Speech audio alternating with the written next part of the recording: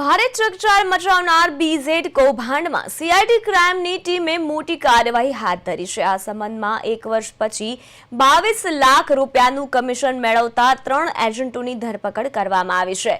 અરવલ્લીના બાયડ, પાલનપુર અને ઈડરના કમિશન લેતા એજન્ટો કાયદાના સકંજામાં આવી ગયા છે। પકડાયેલા આરોપીઓમાં અરવલ્લીના બાયડના ધર્મેન્દ્ર જયસ્વાલ, પાલનપુરના પ્રકાશ વેણ અને ઈડરના ભગવાન વેરાગીનો સમાવેશ થાય છે। સીઆઈડી દ્વારા તપાસનો ધમધમાટ શરૂ થયો છે। મોડાસાના કેટલાક એજન્ટો રડારમાં આવે તેવી શક્યતા છે।